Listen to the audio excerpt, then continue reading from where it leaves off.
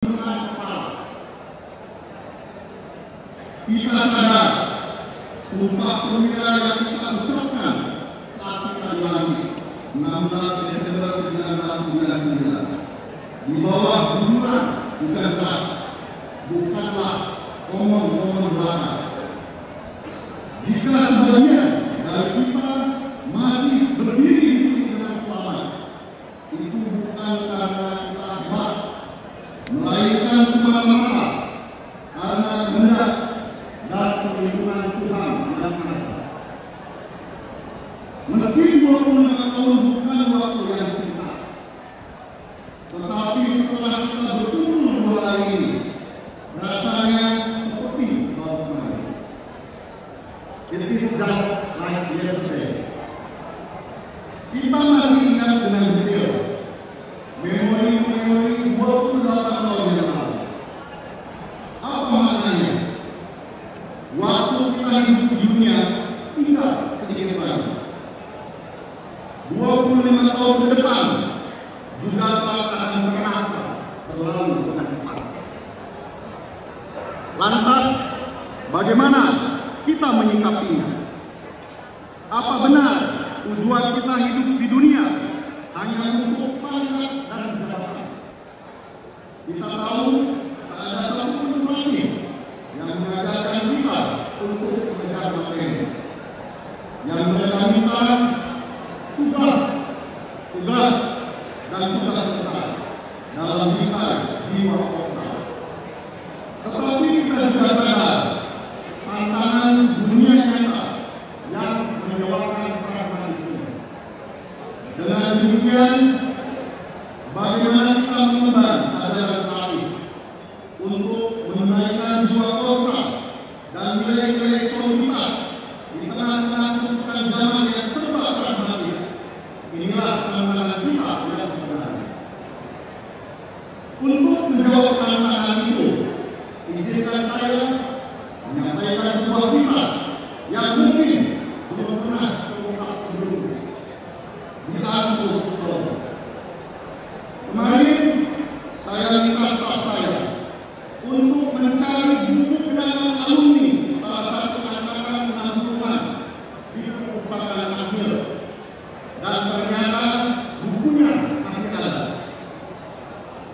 Ketika saya membaca buku itu tahun 1998 di perpustakaan dulu bernama Adhita Karya Mahatma Pria Nagara Bakti, saya menemukan otokritik dari para junior kepada buku itu. Angkatan itu dianggap menutup jalan karir bagi para juniornya karena terlalu mengutamakan kawan satu itu. Kita dapat menemukannya di halaman 322, 323, dan 324. Ditulis dua letnan jenderal yang bernama Mantan Kasum dan Panglima Kostrat. Buku itulah yang mengubah mindset saya, paradigma saya. Saya bertekad untuk mengubah kompetisi menjadi kolaborasi. Lawan kita bukanlah kawan satu negeri. Lawan kita bukan senior, junior, dan bukan masyarakat sipil. Lawan kita adalah diri kita sendiri. Bagaimana menghancurkan sekat-sekat egosentris serta merendahkan hati untuk mau berkolaborasi membangun negeri. Tidak peduli siapa yang duluan, memimpin dan dipimpin adalah soal berbagi peran saja. Dan ketika reformasi nasional 1998 terjadi, tekad itu makin kuat. Zaman sudah berubah. Tidak bisa lagi seorang TNI aktif menjadi bupati atau menteri. Rakyat sipil yang mendemo kita ketika itu tidak bisa dianggap sebagai lawan. Justru bagaimana kita juga bisa berkolaborasi dengan mereka agar kita tidak hanya menjadi jago kandang di kancah dunia internasional. Untuk mewujudkan cita-cita itu, tentu saya butuh mitra untuk berkolaborasi. Takdir mengantarkan saya untuk berbagi tekad dan komitmen dengan adik kita, alumnus Akademi Wayu, Agus Harimurti Yudhoyono. Maka ketika ia kalah dalam pilkada DKI tahun 2017, tak ada pilihan lain bagi saya kecuali ikut pensiun dini dan membantunya dalam kegiatan itu. Dalam satu kesempatan, ia bertanya kepada saya, "Bang, saya akan pensiun dini untuk ikut pilkada. Lalu akan pensiun dini alasannya apa?"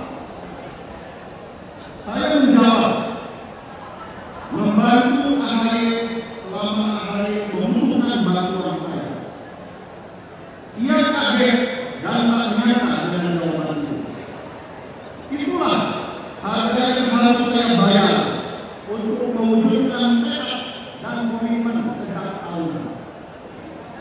7 tahun kemudian, ketika 3 kali saya menolak menjadi menteri, Mas Haye mengingatkan saya, "Bang, kalau abang tidak menerima posisi menteri ini, bahkan teman-teman abang satu listrik AKB 99 tidak akan pernah percaya bahwa perjuangan kita sejak tahunan adalah untuk bangsa dan negara."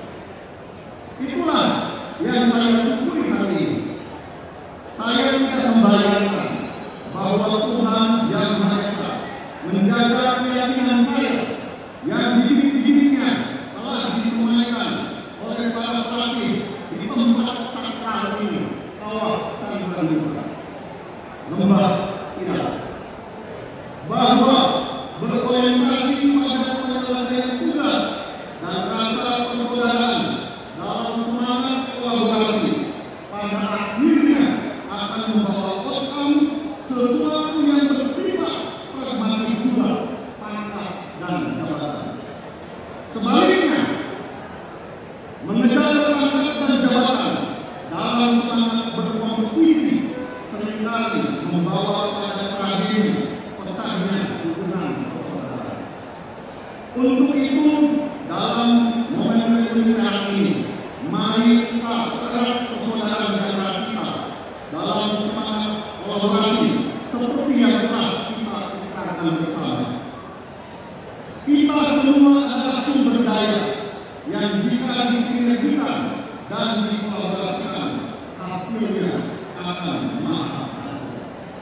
Tentu saja dalam perjalanan panjang 25 tahun ada hal-hal yang membuat lupa di antara kita. Saya akan memulainya dengan permohonan maaf saya dari hati yang paling dalam atas sikap dan perilaku saya yang tidak berkenan selama ini.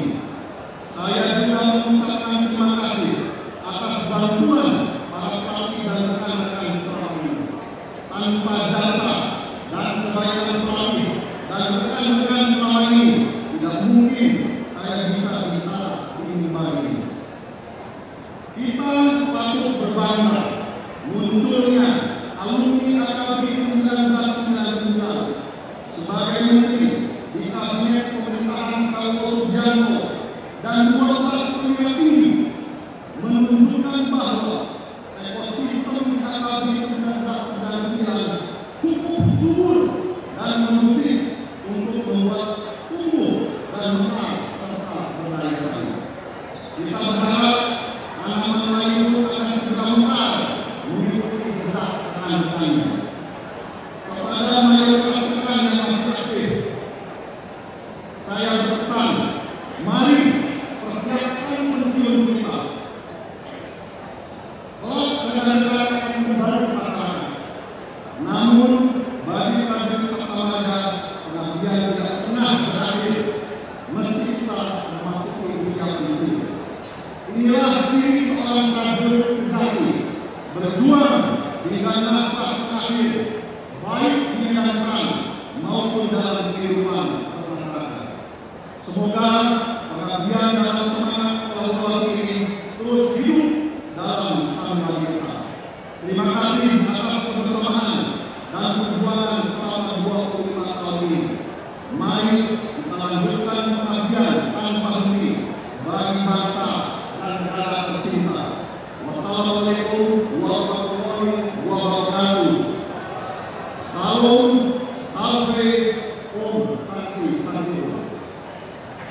Bapak